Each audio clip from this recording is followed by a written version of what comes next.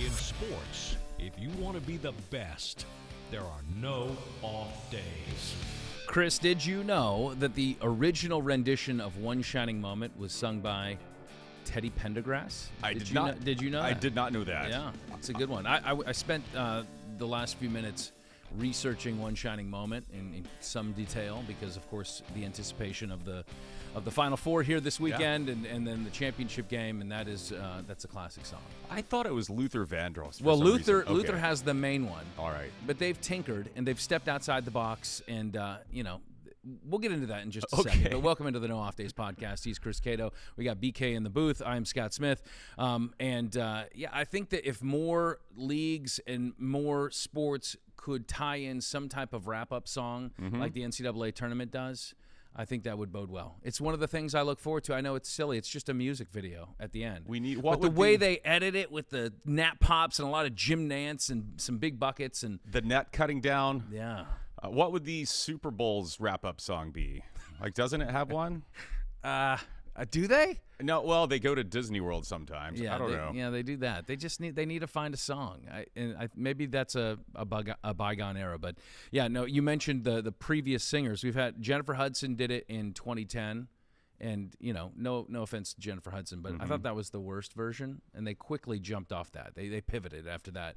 It didn't go well. They had a lot of cutaway shots of her in the studio singing it, which kind of, it wasn't about that, right? It wasn't the same. And then I think Neo did one in like 2016. Okay. And no, Luther's the man. He holds it down. I think we need a Snoop. Snoop version. I think that could be good. How would that sound? Well, it would sound amazing. I know that. For shizzle. So this actually, that song was written by a gentleman named David Barrett. And like all good songs in American folklore, in terms of like music history, it was written on a napkin at a sports bar. This guy's watching in East Lansing, Michigan. He's watching, I think it was Larry Bird play a basketball game, and he was inspired in the moment. And he wrote the song on a napkin, and he pitched it to a childhood friend of his named Armin Catane, who went on to work at CBS. Yeah. He was working at Sports Illustrated at the time. Wow. And now every year when that song runs, so next week when you hear that song run after the championship game, just think he's making about $50,000 every year. Just for going to a bar and writing down lyrics on a napkin. Man, that's the American dream. Always be thinking of the next song, Chris. That's how I made my bracket picks on a napkin at a bar, but that didn't work out as well as that song has done. The staying power, not quite as good. All right, let's bring in Brian King. BK, did you know any of that history of the One Shining Moment? I did not. Okay. That is very interesting, man. No, I'm serious. This is what Brian looks like when he's lying. No, I'm dead serious. I didn't know all that. I knew that they had different singers there for a bit, then they went back to the original. Yeah, no, there's something about Luther's voice that it resonates. Teddy P was good. It was because his voice sounds similar to Luther Vandross's. But so, do you think that song will be as good 20 years from now, 25 years? I think it's timeless. So it's timeless. Yeah. Well, I mean, listen, the song is dated. I mean, when the brasses come in at the it's very dated, in terms of the sound of it, but it's just classic. Like, I hear that song, it's only for this. It's not, if you look at like Luther's, best of albums, One Shining Moment, sadly, is not on there. You know? The ball is tipped, and there you are. And I'm sure he's never sung it at a concert or anything. I mean, you can't. He just has a bunch of basketball players come out from behind the stage and start dribbling. Yeah. No. Wow. Yeah. Then there was no Luther One Shining Moment video. It was just for this. That is wow. Interesting. Yeah, what do we got on the big show? Are we talking more Luther? We're talking a little bit of baseball. Okay. Oh, it's that time of year, isn't it? I guess it's about that So we got the Rays general manager, vice president of player operations, Peter Bendix, joining us. He's going to talk about the outlook for the team this year. Pretty good. And then also we got Fox baseball analyst, A.J. Pierzynski. I think he's a Florida native. Yes, and so Orlando, that's correct. And so we'll talk with him, get his thoughts on the baseball season coming up. A whole lot of baseball. And as we tape this, opening day is not hit yet, but it's coming up on Thursday. It's happening. There's always excitement. Are you going to be here? Are you going to be sick on Thursday? I'll be in the Trop. I know sometimes They've asked me to sing the national anthem and throw out the first pitch. I've been waiting on this. Yeah. So there's a lot of excitement for this year, and the Rays are an interesting story. I mean, as they always are. They're always the underdog. But when you look at that lineup, man, I mean, guys like Wander and Randy, I mean, there's a lot of talent. Can the run production keep up? And then, of course, we know that the pitching staff's always going to be dynamite. So. Will they score runs this year? That's what we want to know. Yeah. Well, if spring training was any indication, I mean, there was guys. A guy like Luke Raley kind of came out of nowhere. They picked him up at the beginning of last year. And Luke Reiki now. That's exactly right. Yeah. Luke Reiki. All right, and then maybe more importantly, we talked about the basketball bracket, but we have the cereal bracket, right? The cereal bracket. We're going to reveal some stuff. We are down to the final 2. Ooh, this is big. Voting was intense this past week. This has been 3 weeks now. Yes, right? it has. Okay. Yeah. Just like the NCAA, just flown by. Right? So we need to find. We're going to find out if CTC beat Lucky Charms and if Honey Nut Cheerios, which the Princeton of the tournament, they were an 11 could seed, beat right? Frosted Flakes. I think those were our Frosted Four. Yeah, that was the Frosted Four. Do we have a name for the championship game? We called it. Maybe over the next 15 minutes we'll figure it out. I came up with the cereal bowl and put like a Roman numeral on the end of it, like cereal bowl 1. And did the one look like a spoon? You shaped it like a spoon? Oh, I should have. I just did Roman numeral. Yeah, like the Lombardi Trophy, but a giant spoon. Yeah. So, you can still, you have time while Scott and I are babbling. You can go back in. I'll go try to think of something. Me and Sean will put our brains together and try to come up with something. We have to find a way to turn this whole cereal bracket into a sponsorship from Kellogg's. They haven't called yet. Whoever. General Mills, call us. Where are you? Post. We've been talking about cereal nonstop. It has been the cereal conversation du jour every day. Cereal consumption in the Tampa Bay market and Orlando market has skyrocketed. They can't keep it on the shelves. All right, very good. Well, I think we'll even have a little taste test. Oh, great. Oh, good. It's been at least a month since we've eaten on camera. And I think it's overdue. So we're going to make that happen. All right. Appreciate BK. We'll catch up in a minute. If you're listening and you want to watch, go to fox13news.com/NODPOD. If you're watching and you want to listen or subscribe, take out your phone, zap the QR code on the screen in the bottom right-hand corner. It will take you to all of our shows. You might say, the mouse has clicked. And there you are.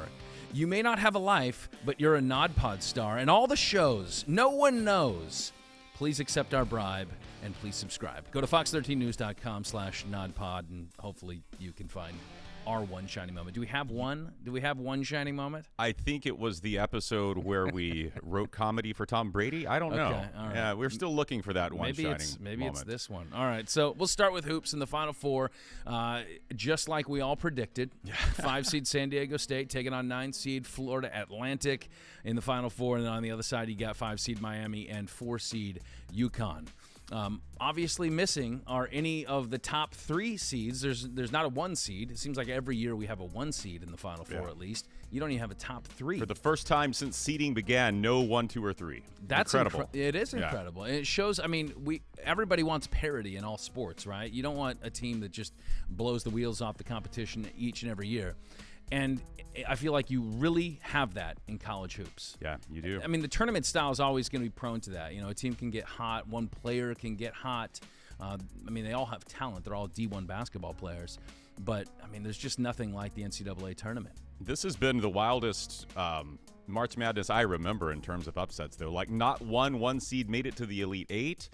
We can use my Cato family bracket pool. Who's leading that, by the way? Well, we'll use this. It's kind of it's a microcosm of how this tournament's gone. So out of 18 entries, only 4 people have won of the Final Four, and that's UConn. 4 people, and that's just it. And so we have my our family friend, Tiffany Windsor. Hello. Shout out, Tiffany, loyal subscriber. Tiffany's my enemy. She's already been my enemy for the last couple of weeks Tiff now. has already locked it up, which hasn't happened before either. It's already done.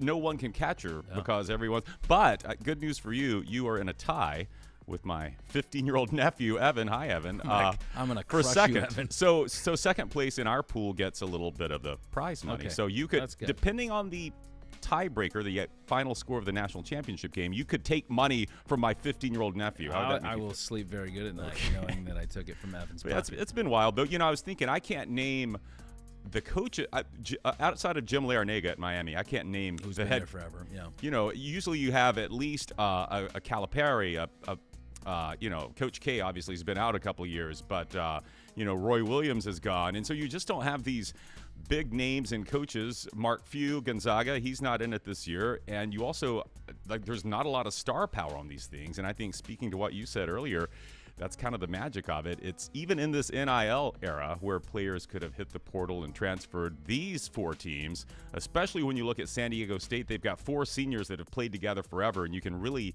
see that come through in how they play team defense.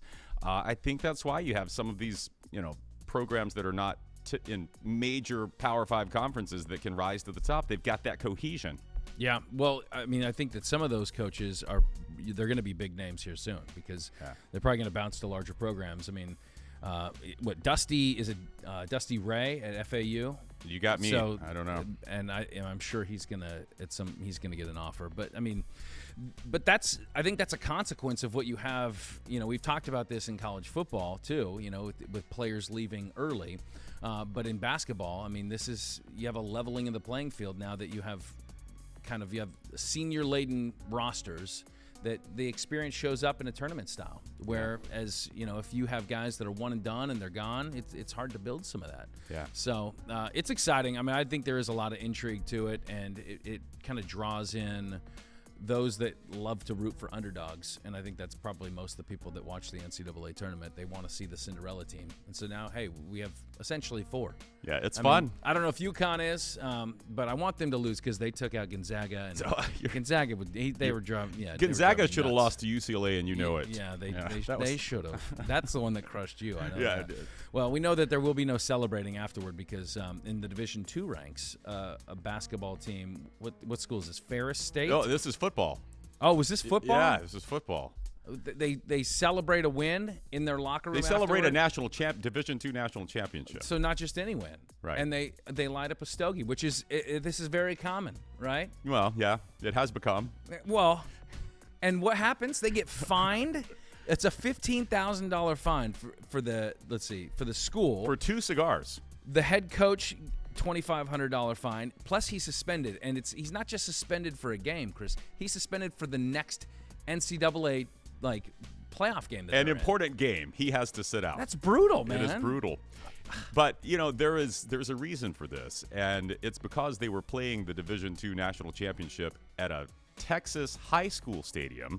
Because those high schools in Texas have bigger football stadiums than many colleges. And so the school district has a strict no tobacco policy on campus. Well, sure. So, and the coach did tell them, he came out and said later, even though they appealed this fine, he said, I did tell the players before the game, don't light up any victory stoves in the locker room because we can't do. But 2 players. They're kids. They're not going to listen. And they carry cigars all the time. Right. They always have stogies on them. But 2 cigars, 2 players smoke cigars. It cost them $50. You could buy some very good cigars with $15,000. I was thinking. I would imagine maybe quite a few. That's unfortunate. I think that those rules are probably in place at every venue. That any team, I mean, maybe not in places every like indoor venue is going to have a non-smoking policy. Yeah, these days, yeah, you're right. I think you just kind of look past it, right? You understand. Well, it's a championship game. This isn't. We're not allowing normal fans to come in and light up. Here's the problem. But if you have 2 people in the entire stadium that after winning the championship, I don't know. I think you look past it. I think you waive the fee. Maybe you say, "Hey, that's not a good idea." And then you just let them go. That's the way. Or you don't do this. You don't put it on social media, and the world doesn't know that you fired up the stogies in the locker room. But then you don't get credit then, I guess. It's not as cool. It never happened if it's not on social media. Speaking of social media, our friend Lamar Jackson, who is the talk of the NFL offseason, of course, hit social media the other day to kind of set the record straight on where he is and some of the truth behind the rumors that we've heard, whether they're rumors or not. But here's the thing: I want Lamar Jackson to get a contract. Whatever he gets is fine with me. But when he starts talking about the Ravens not meeting his value, okay, so his value is totally subjective. Yes. His value is assigned to him by outsiders. He can have an internal value, and maybe it doesn't match up. But to me, the story has gone on so long that I think I'm over it. I'm just kind of over it. I'm tired of the Lamar Jackson news. And then I think that the additional aspect of him talking about wanting or demanding or requesting a trade. I requested a trade, yeah. I just, does this resonate with fans? I mean, are Ravens fans still as on board with Lamar Jackson after hearing all this. Like, dude, we stood by you. We want you to get a contract here in Baltimore. We want them to open up, the vault and give you all the money. Mm-hmm. But, like, if you're requesting a trade now, well, now you're not our quarterback. Like, so are we rooting for you to get paid now? I don't know. I just think it's kind of counter to his own push is to get that stuff out there. What does the timeline say to you? Like, he says he requested the trade on March 2nd. Right. And then 4 or 5 days later, they slapped the non-exclusive franchise on him. Sure. Yeah, I mean, he doesn't have a contract, so there's no trade, obviously. They're not trading him now unless they re-sign him and then deal him. But this is prior to the franchise tag. I mean, look, I get it. You can have those private conversations. I would not have aired that because I just think it doesn't look good for him. Well, I feel like what it may say is that the Ravens, in that 4 to 5 day window before they put the tag on him, they knew what the market was going to be. And so that's why they were comfortable not giving him the exclusive tag and letting him kind of hit the street and see what his value is. And, we've heard Jim Harbaugh say at the, the NFL executives meetings the other day that, it's hard to tell if it's coach speak, but he wants Lamar back. He said they're tweaking the offense, making it more up-tempo to suit Lamar. And I don't know. I kind of do believe that the Ravens are hoping he comes back and balls out for a year, under this non-exclusive tag.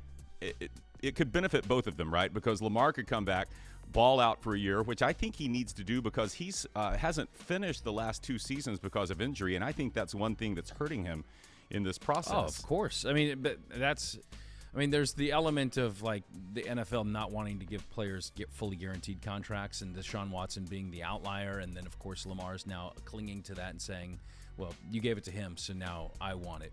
But I mean, injury is a big part of that, and so like the question is like, can you stay healthy?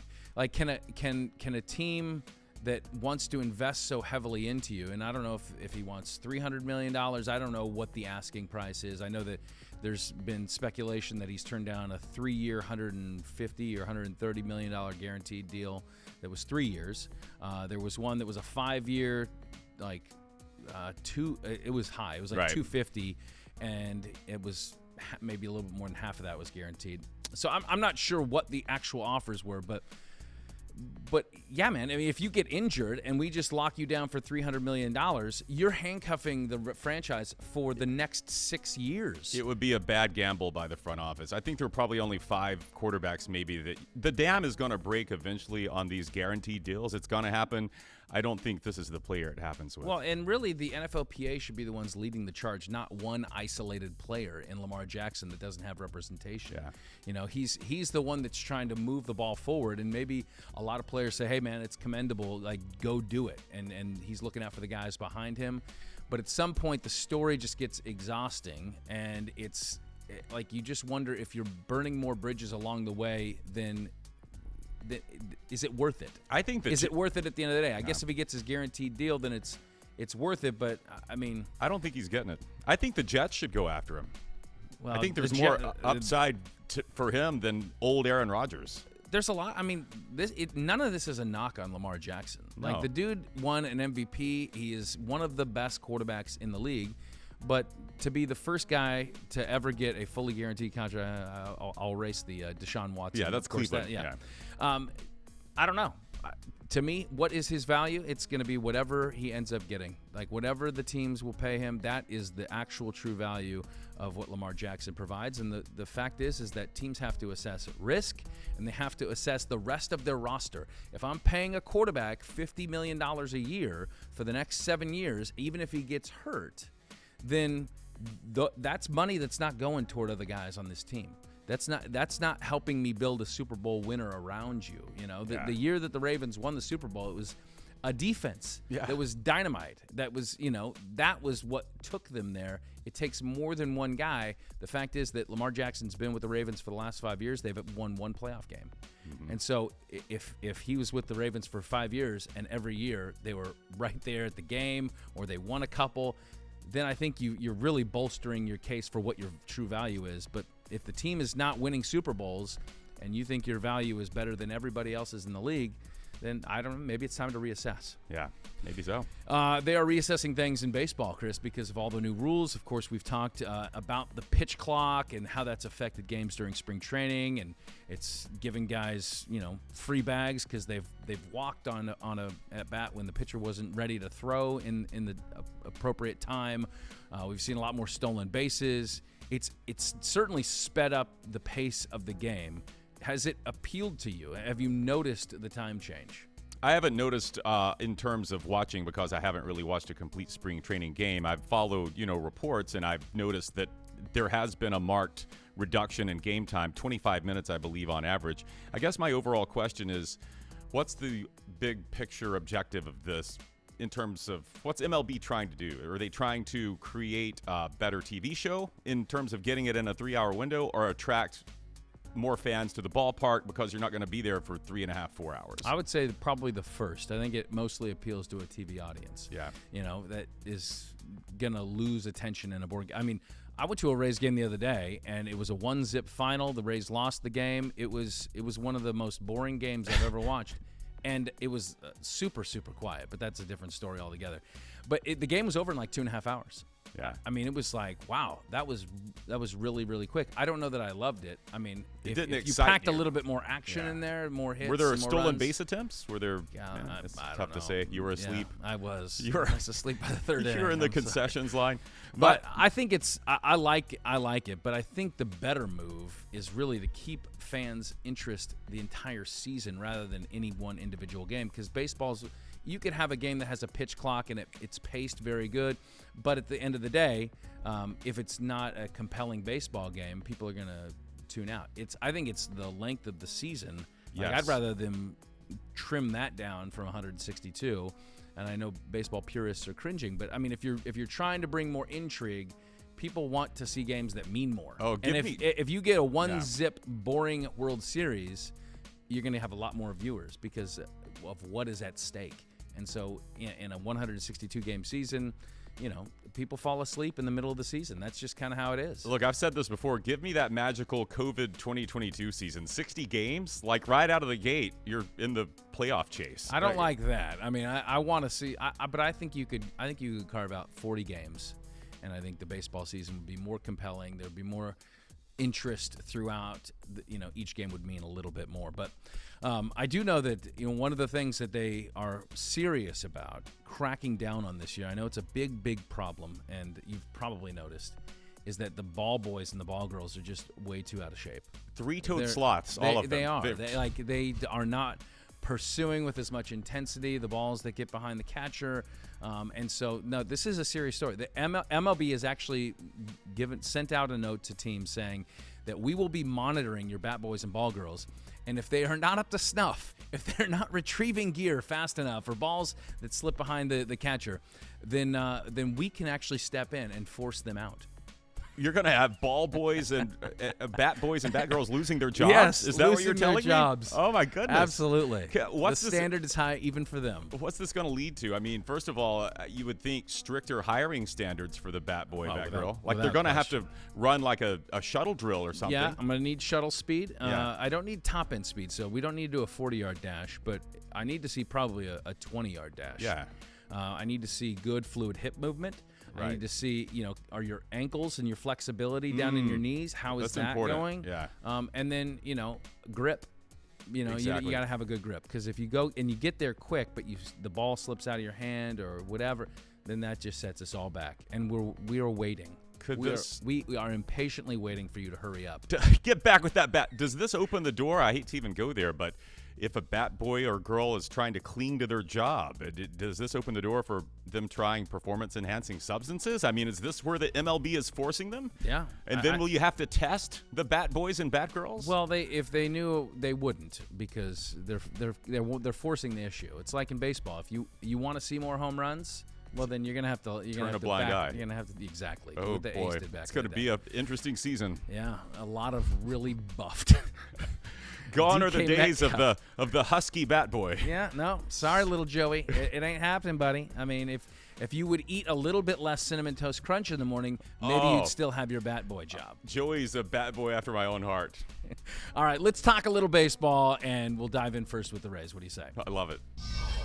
Well, another season of Rays baseball kicks off this week, and we are pleased to welcome into the NODPOD the general manager of your Tampa Bay Rays, Peter Bendix. Thanks for joining us. You know, we talk about opening day and the nostalgia, and for those of us that grew up fans of the sport, I mean, this is almost a sacred day, but I'm curious from your vantage point, do you still get the same type of feelings that you did as a kid when opening day arrives, or is the job of GM and the concerns over roster and putting the product together, does that take precedent?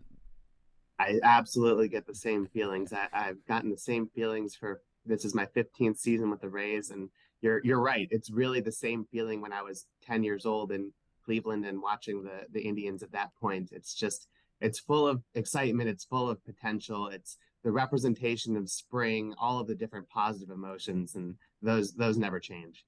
You know, when you get to this point, of course, there's difficult roster decisions that have to be made up right to the line there to make sure that your product on the field is exactly how you want it. We see guys that, you know, a couple of position players that made maybe the last two spots, a Josh Lowe and a Luke Raley. I know that you guys in the offseason made it a point to pursue a bigger pop in the lineup, a bigger bat, and what you ended up with was getting a guy like Luke Raley, somebody that was in-house that has provided some of that excitement here, at least during the spring training slate. What do you make of that situation of maybe not going out in free agency and grabbing somebody, but getting somebody in-house already? You know, with Luke, when spring training started before games, actually, there was a lot of buzz around him, positive buzz from our coaching staff. Some of the adjustments that he made in the offseason, they thought were really positive adjustments. And to see his spring training results and to see him maintain the power that he's shown in the past while also improving on some of the weaknesses he had before, the contact rate, to see him take to first base as well as he has and just the overall positive results, it's really exciting. And the season is different, and doing it against, big league pitching as opposed to AAA pitching is different. But we're really excited to see what could happen with Luke. And with Josh, last season he struggled, and I think he would be the first to tell you that he has a much better understanding now of what he needs to do to be successful against big league pitching. That's the type of thing that's hard to learn until you actually face big league pitching. So very hopeful and optimistic that he's able to kind of channel some of the struggles he had last year into improvements for this year. Yeah, I know Josh is one of those guys that you guys think very highly of, and hopefully this is the year that he is kind of a launch point for him. But when you look at some of the difficult decisions that you had to make in terms of optioning guys back down to the minor leagues, Vidal Brujan, Jonathan Aranda, can you give us a picture of maybe some guys down the road that Rays fans can be excited about that maybe you anticipate some call-ups this year and getting some big league action? Yeah, well, those two in particular are two good ones. Brew and Aranda are both really talented infielders, different strengths. Aranda is a really well-rounded hitter, and Brujan can impact the game in a lot of ways defensively with his base running, switch hit. Both of those guys are going to have an opportunity this year. It's inevitable. There's going to be injuries. There's going to be, unusual performances. They're going to play a big role in what we do. I think Curtis Mead, he's another one to watch. He was in big league camp with us. We saw him struggle defensively in spring training, but we know he's a better defensive player than what he showed. We know he's going to work on that a lot in AAA as well. And he's a special bat. He's a special person. He's mature beyond his years. His work ethic is off the charts. Phenomenal teammate. Really excited to see what he's able to do this year, and wouldn't be surprised if he impacts us sooner rather than later. Well, Peter, we're not talking Rays baseball if we're not talking about the pitching staff, and it starts with the guy at the top, Shane McClanahan. And, when you look at just kind of this meteoric rise of how his career has gone, last year starting the All-Star game, was a Cy Young candidate. He's getting the rock on opening day here again. What do you make of that quick ascent for a guy like Sugar Shane? It's incredibly impressive. Where he's come from since he was drafted as just kind of a hard-throwing guy who didn't really know where the ball was going. Then he made some improvements to get into the rotation in 2021. Had a good year, right? Got hit around a little bit in the postseason in Boston in 2021. I think he took that personally. I think he then redoubled his efforts in the offseason to improve. came in 2022, and he was an even better version of himself. And we saw as dominant of a performance from a starter in the first half of last year as could possibly exist. Started the All-Star game. Down the stretch, he had a little, a shoulder thing, and he struggled a little bit. It was still good, and he still ended up having an excellent season.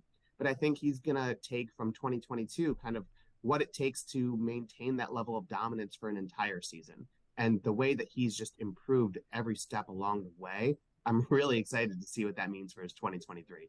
As you mentioned, spring training is going to only give you a glimpse, right? You're not going against big league guys 100% of the time. But, I mean, you guys come across after this extension for Jeffrey Springs here in the offseason, and then he comes out and blanks everybody throughout spring training. I mean, my goodness, I don't know of a pitcher that's had a better spring training than Jeffrey Springs, but how excited are you for the season ahead for him? I'm glad that you brought that up. He was dominant, and he was just carving up guys, regardless of whether he was facing big leaguers, minor leaguers. He looked like he was facing high schoolers. And to be able to kind of master his repertoire the way that he has shown so far and just build on what was a really sneaky good last season. He was a reliever a year ago. He hadn't started in several years. He'd never started in the big leagues. To transition to the rotation mid-season and to have the kind of results that he had was really impressive. And now to have a full offseason where he knows he's a starter, comes into camp, understands that he's a starting pitcher this year for the first time in however many years in his career. The early returns on that, what he was able to do in spring training, incredibly exciting. He's a really big part of what we're doing this year. The depth in our rotation, the depth of high quality pitchers in our rotation, that's really key to us. Health is one of those things that you can't really control, but when it comes to Wander Franco and the ceiling for him, of course, you guys and everybody really believes that it's, sky's the limit. But what are the expectations for Wander as he kicks off another season of Rays baseball? Wander has as much talent as anybody in baseball, and we've seen glimpses and flashes of that. Going back to the postseason in 2021, there were times he was the best player on the field in that series. He has, struggled with some injury concerns and just learning what it takes to be a big leaguer and play in 162 games over the grind of a season. It's easy to forget how young he is, how young and how relatively inexperienced in baseball he is. I think he'd be, a college senior right now? He has so much talent. He is constantly learning. And I think that this season we're going to see maybe a little bit more relaxed version of Wander, the guy who knows how to take care of himself, maybe just a little bit better than before. And if he can just let his natural talent shine through, I mean, the sky truly is the limit for him. Another one of those big bats is Randy Arozarena, and the world got to see it with the World Baseball Classic. And I mean, if the Trop could pack out this year and give the kind of electricity that he felt in the WBC, man, he certainly feeds off of that. But what did you make of Wander or of Randy's kind of star rising on a stage like that? It was really fun to watch and not in the slightest bit surprising. After what we saw in the 2020 postseason, right. He is somebody who really rises to the occasion, and he did so once again. And I think he demonstrated some of the more well-rounded aspects of his game. He's working on his defense, which is a really important part to what he brings to the table. Made some incredible catches, gave great at-bats, the energy, the support, the teammate that he is. It's all fantastic. Now he needs to be able to just apply that consistently over 162 games. And that's a learning process. That's something that develops over time. But we see the amount of talent that he has. And the last couple of seasons have been excellent seasons for him. And to know that there's another gear, maybe another 2 gears in his game, even though he's already been really good, that's really exciting. You mentioned you're a Cleveland guy, and you have been with the Rays now. This is what you said, the 15th season for you? That's right. Yes. You came in as an intern, and I don't know many of us that have started an internship and thought, man, we'll climb that ladder as quickly as you have or as steadily as you have. But when you came in as an intern with the Rays, what's 2008? 2009. 2009? I missed the World Series in 2008, yeah. But, I mean, take us through your career, your personal journey to get into the GM role. I was in the right place at the right time in 2009. the Rays were looking to expand their front office because they had just gone to the World Series in 2008 and kind of realized that they needed more help in a lot of different areas. And so I came in as an intern, got to be kind of a jack of all trades. I, taught myself some computer programming. I was able to go out and watch, local amateur games with some of our scouts. I was in the draft room pulling the magnets off of the board. I was running to get 15 pizzas at 11 o'clock at night during those draft meetings, and just getting exposure to a lot of different things, a lot of different people. And then over the course of my time with the Rays, I worked pretty closely with Eric throughout that entire time, and getting to learn from him and observe how he kind of progressed through the organization. Worked really closely with a lot of other people who, some of whom are still here, some of whom have moved on to other organizations, but getting to learn from the likes of Andrew Friedman, of James Click, of Chaim Bloom, of Matt Arnold, and the list goes on, seeing how each of them approaches their job with such professionalism and open-mindedness and a desire to learn and grow. I've been able to just be fortunate to be around those people and to watch them do their jobs and to try to emulate them as much as I can while also being true to myself. And I've been really lucky to have the support from everybody in the organization, and this truly is a phenomenal place to work, and I'm honored to be where I am.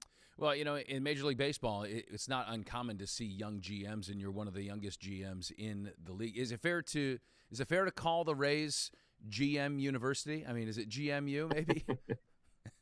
I think we really do take a lot of pride in the fact that people who work here are able to go on to do whatever it is that they want to do, even if it's not here.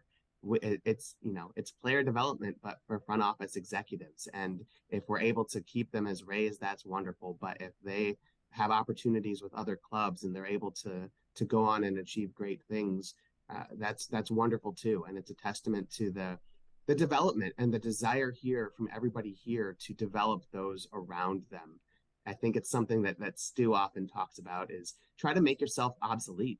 Try to empower other people around you, help them grow, that you are now allowing them to do more, and then it allows you to do more as well. Well, you guys certainly have the secret sauce. I mean, 4 straight appearances in the playoffs. There's no other team in the division that can say they've been to the playoffs the last 4 years. But you guys, with a relatively low operating budget, are able to do it year in and year out. Is it embracing a mindset of almost like a David versus Goliath when you look at the other teams in the division, the Red Sox and the Yankees, and what their payroll looks like versus your guys? I mean, does it take kind of inhabiting a certain mindset of the underdog? I think part of it is the underdog, but also a lot of it is understanding that we need to be doing things maybe a little differently than those other teams. If they have 4, 5, 6 times the revenue and a higher budget than we do, if we try to do what they do, they're going to beat us. Yeah. We need to be creative. We need to be open-minded to different new ideas. We need to take risks. A lot of them aren't going to work, but we need to find the things that do work. It's not about being new or different for the sake of new or different, but it's our way of competing. We need to make every dollar go like $5 from some of those other teams. And I think that's a mindset that really everybody in the organization tries to embrace. And the culture that we've been able to develop, the quality of people that we have here, all pulling in the same direction, that is a huge component for us. Well, from the young talent, from the position standpoint, to the obvious talent in terms of the pitching staff that you guys have, I know there's a lot of excitement among the Rays fans, and they're looking forward to you guys running it back for a 5th straight year. Peter Bendix, the GM of the Rays, thank you so much for your time on this program today. Best of luck this season. Thanks for having me. Thank you. Absolutely. All right, Chris, from In the Weeds, talking Rays baseball, we're going to zoom out a little bit, take a look around the league, and for that we welcome in longtime big leaguer, won a World Series back in 2005, but for more than a decade now, he's been a baseball analyst on Fox. A.J. Pierzynski, we should also mention, host of the new streaming show on digital called Foul Territory. How you like it? This is more like an unbuttoned, baseball talk, right, A.J.? How you liking the new venture? It takes a lot of time. I know that. No, it's been great. Yes, unbuttoned is a good way to put it. We're very fortunate. We have a lot of players that come on and they want to give their stories, and it's a little bit less scripted. It's definitely more scripted than like what you get on MLB Network. But at the same time, unscripted means more work for me and my guy Scott Braun and Eric Kratz and all the other people we have on, because we have to dig in and find stuff that the players want to talk about. All right, let's dig in here. I mean, since we're located in Tampa, let's start with the AL East. Last year they were the only division to finish with 4 teams above 500. A lot of talent in the division. How do you see this one shaking out? We just did this yesterday on Foul Territory. We did our picks, and I picked the Yankees to win. You can see the Jeter jersey above my shoulder, but not because of that, but just because the Yankees have just a deep lineup and deep pitching staff. I know they're banged up right now, and the Jays are going to be tough. And I never count out the Rays, just because I've said this before, and I'll say it again. They're the best organization in all sports. Somehow they find ways to get it done with almost no resources, a stadium that's not ideal, and just not a lot of things there to go. And they figure out ways to make guys better than what you think they should be. And they figure out what guys are good at, and they make them great at it, and they use them until they can't do it anymore. And then they go on to the next guy, and they do it year after year, and they're always there until the end. Well, AJ, one of the big offseason talking points, and we've seen it put into play during spring training, are the rule changes, the tweaks, the pitch clock, the larger bases, the rules against the shift. How do you think that's going to impact the game, and is it ultimately going to result in a better product and a faster game? I certainly hope so. I think a faster game for sure. Better product, it's debatable. I'm all for – listen, I always thought if you couldn't hit away from the shift, then I don't know what you're doing. But I think it'll bring more action. And the bigger bases definitely will bring more action with stealing. And I'm all for stealing. I'm for hit and running. I'm for bunting. I'm for making things happen. I'm not for – strikeouts, home runs, and walks, the 3 true outcomes that people talk about. I'm for action. I want to see guys run. I want to see guys show skills other than power. And I think these new rules will help accentuate what guys can do other than just hit the ball out of the ballpark. And I think it will change baseball for the good and make it more exciting. I know why you want to see more steal attempts. You were a catcher, an all-star catcher. You want to see more players getting gunned out there at second base. I couldn't do that very well. I couldn't do that. I could hit. I could throw fine, but trust me, when a fast guy got on first, I was like, please let him swing at the first pitch so he doesn't steal. Well, let's talk about your throwing and your catching. I believe you're throwing out the first pitch at the White Sox home opener next week. Have you considered throwing to yourself, perhaps throwing a high arcing pitch and then sprinting behind home plate and catching yourself? Have you thought about that? No. Well, first of all, you guys, if you watch me play, you know I'm not very fast, so I'd have to throw it really high in order to get there in time. No, I think I know who I want to catch it, but I don't know if they're going to do it. I want one of the White Sox front office people to catch it, Bob Bechtel, who's like their PR guy, but I don't think he will because I don't know if he can catch. But I think Chris Johnson, who's a buddy of mine, who's their assistant hitting coach for the White Sox, is going to catch it. And I want to do it with my son. My son has school, unfortunately. So, but somebody will be out there, and I pray that they don't have to scoop it out of the dirt and I get it there in the air. Yeah, you got to get some warm-up pitches in there for sure. AJ, who was the slowest pitcher you ever caught? Slowest miles per hour wise? No. That would have a problem with this pitch clock. Yeah. Oh gosh, dude, I can name so many slow pitch. Darvish was like the slowest dude in the world. There were times where you're like falling asleep, and he's really good. But there are times where you're like, can we please hurry this up? And then I had Mark Burley, who was the complete opposite, that would just get it and go. Kenny Rogers was another really slow one, and just, man, like, come on, dude. And he'd ask him, Kenny, can you speed up? He goes, listen, if I start getting hit, I'm taking the air out of the ball like in basketball, and I'm slowing down their momentum. And he did it to a T. I would imagine you cramp up back there a little bit if you take too long. All right, so you mentioned the Yankees, and obviously Aaron Judge signs his big offseason deal. I know that we see this in a lot of sports, that sometimes the play dips after you sign your mega millions contract. Do you believe he has the makeup to keep the standard of play that he set for himself? I do. I absolutely do.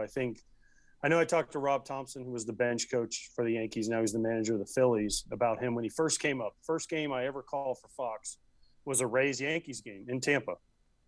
And I said, what do you got on this Judge guy? And he said, listen, I've seen one guy that's comparable to Derek Jeter, and it's Aaron Judge, makeup-wise. He goes, he comes to work every day. He doesn't go up or down. He plays, and he goes about it the right way. And if for someone like Rob Thompson to tell me that, that means a lot. So I think it'll be the same now. Can he hit 60-plus home runs again? I don't know. Yeah. But it sure was exciting when he did it last year.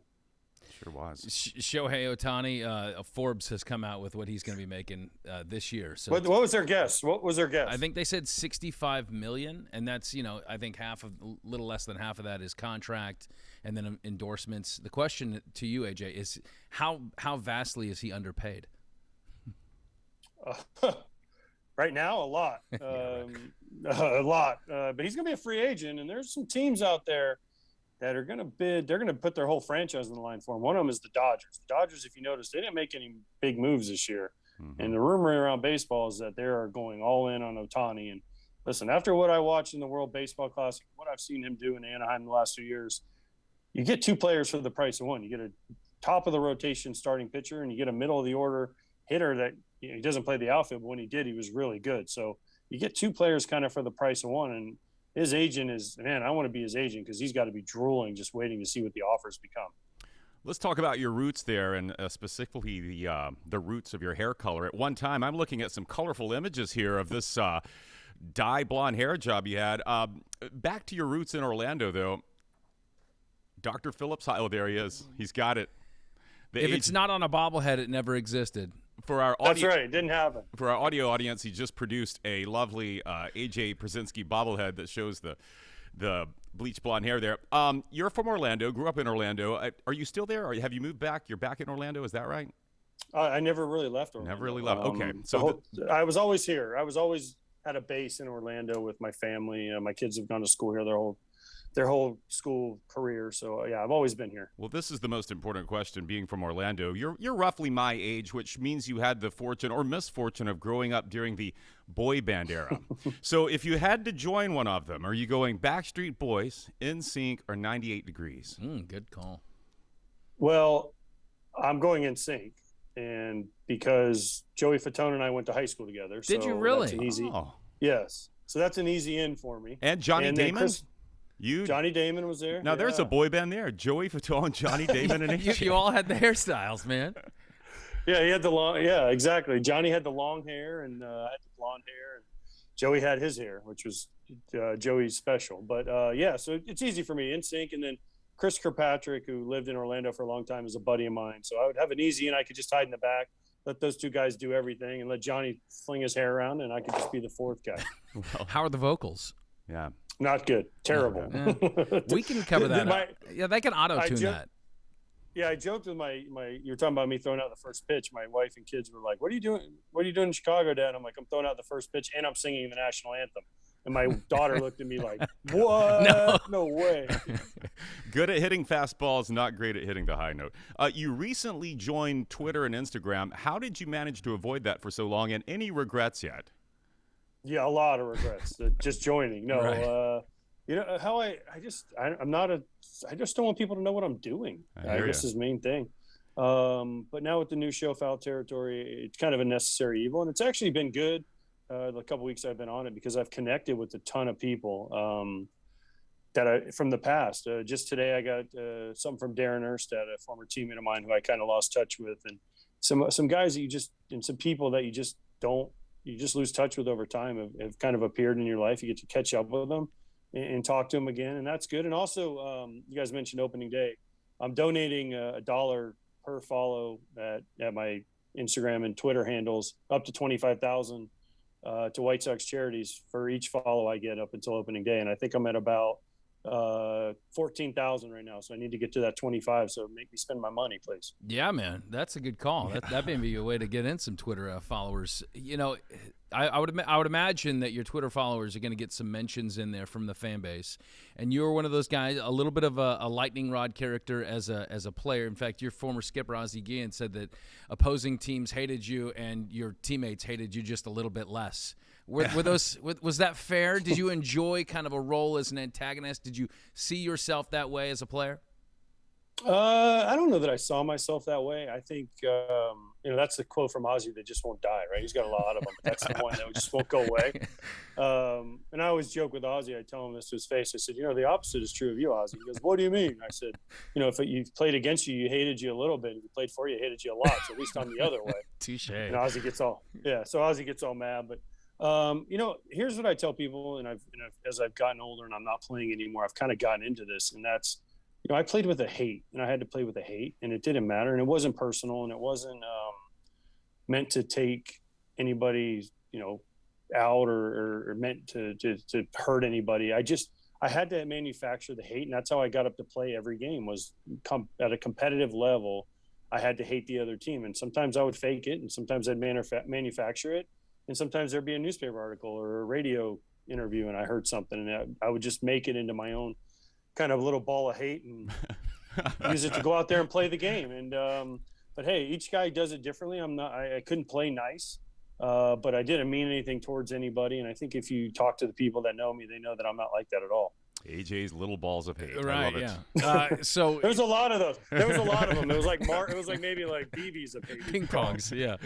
All right, so give us a sleeper this year. I mean, obviously, you mentioned the Dodgers, the Yankees. They're always going to be in the mix. The Astros seem to be sitting on top quite comfortably as the defending champs. Is there a team that you are particularly intrigued by this year that you feel like can sneak up on some teams?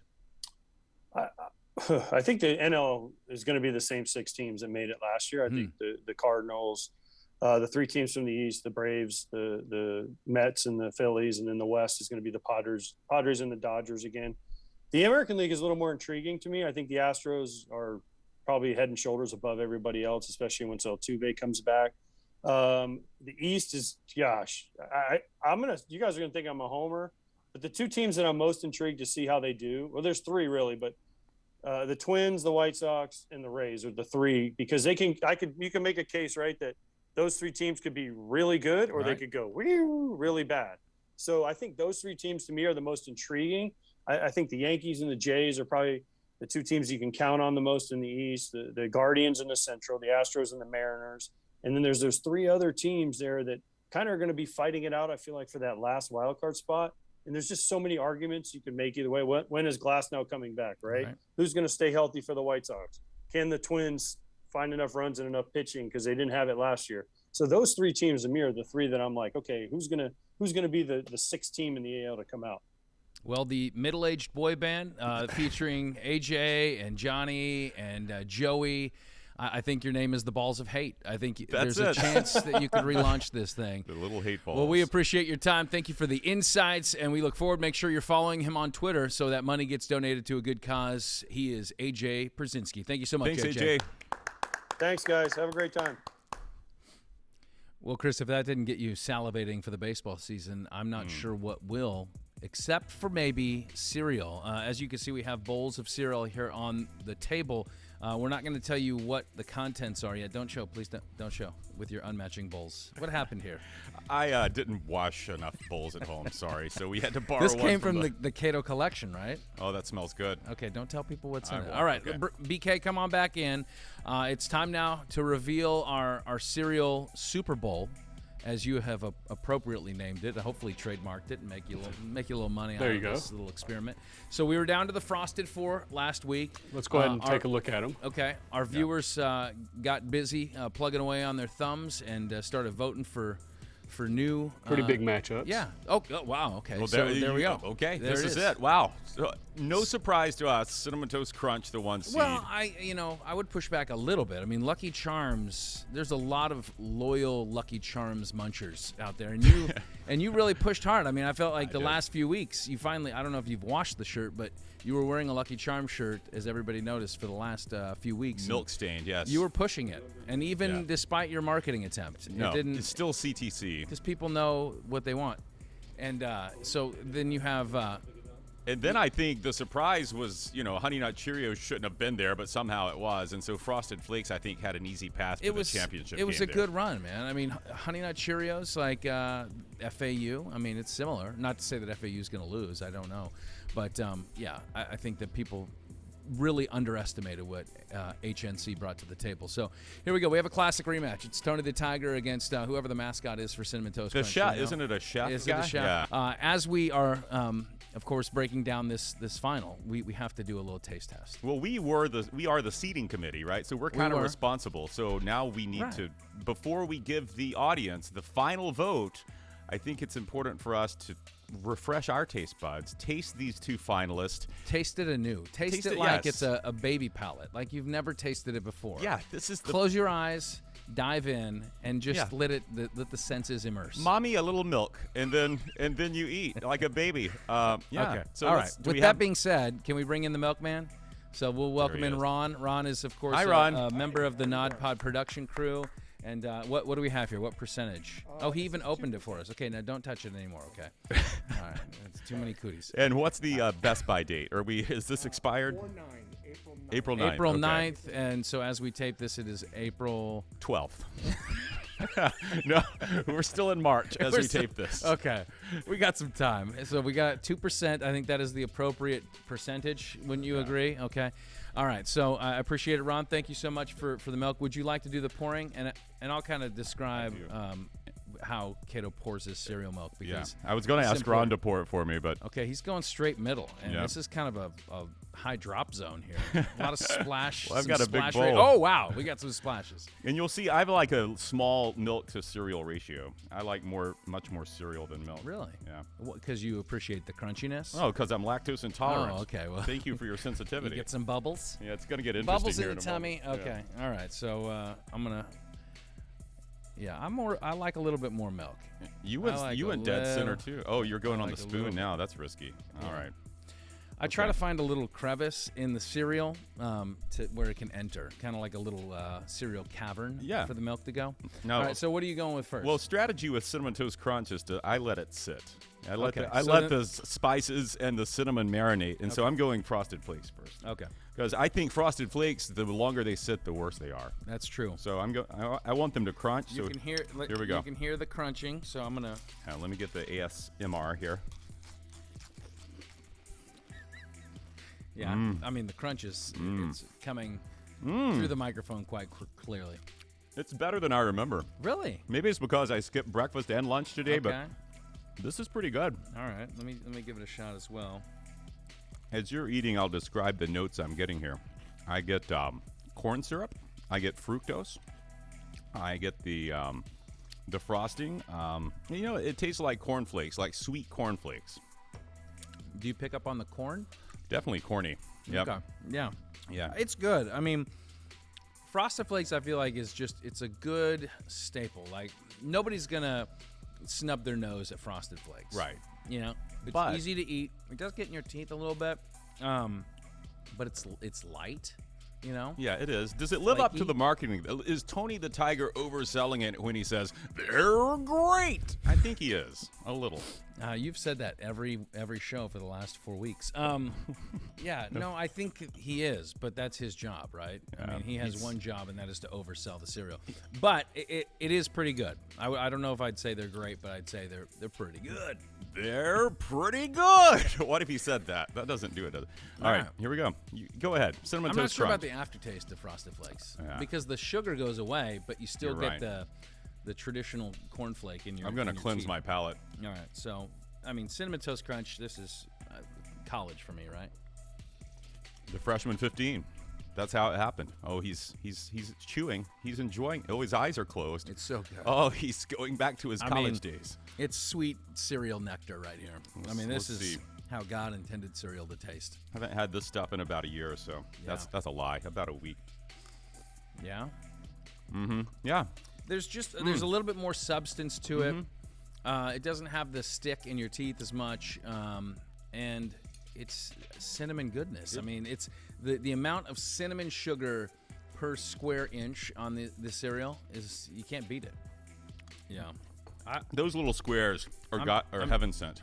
And then, of course, the best part is you finish the cereal and you have this nectar, this cinnamony milk. I don't even like to wait until the cereal's gone. You go ahead and drink it? I like to drink it when there's still floaters in there. And still floaters, okay. I'm going to try that since you suggested it. Okay. Oh, there he goes. Oh my gosh! The slurping is too much. This should be bottled. This is too much. Why is this not? Let's just skip the cereal and drink the cinnamon milk. So there you have it. Can we see the bracket one more time, just so everybody knows what we're voting on? Of course, what we have sampled is Frosted Flakes against Cinnamon Toast Crunch in the cereal bowl, the first ever, the inaugural. And I think it's clear to say that you and I are both Team CTC all the way. And we called it from the very beginning. We don't want to influence your vote, but yeah, we're kind of right about this. I don't think people take what we say that seriously. So I think that we don't have to worry about influencing their vote. But we encourage you to try it yourself, And if Kellogg's or General Mills wants to reach out and, we have agents, you can touch base. And you know where to find us. Yeah, exactly. BK, do you have a thought on this? Did you appreciate watching us eat? And listening to you eat. Yeah. Yes. Did that give you good warm and fuzzies? That's it. It was good. Okay. It's kind of. I think we've. It was a good run we had with this cereal bracket. I thought. You've tasted both of these, and Chris didn't want to give you any more because he wants to keep it. So, but you tasted them both. What do you think?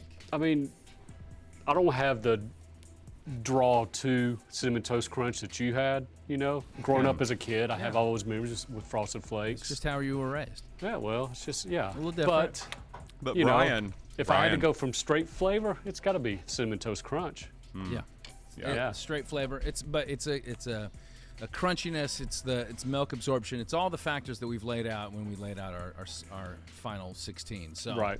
Well, in 1 week we announced the champion, and will there be a net cutting, or I guess it would be what would you cut down? I think we'll just a bowl. Would you? Yeah. Why don't we get a dunk tank? And dunk you both into whatever the winning cereal I is. love this idea. Yeah. I can't share the same tank. I was going to say whatever comes off his body in that bowl is not what I want to consume. Is it a tank filled with milk? Yeah. I will not drink that milk afterwards. How could you not? I mean, you have to go in, just take a big bite on the way in. Man, now that sounds amazing. Maybe we could see if that's in the budget here. Yeah, we'll work on that. Okay. Well, fun. Good times. Good job, Get to guys. voting. Again, fox13news.com/NODPOD to vote. And that's where you find the show as well. Much thanks to our guests, A.J. Pierzynski from Fox, and then, of course, Peter Bendix, the GM of the Rays, hoping for a big season ahead for our hometown team. That is all. Until the next time we are on, there are no off days. Enjoy the cereal. They're pretty good.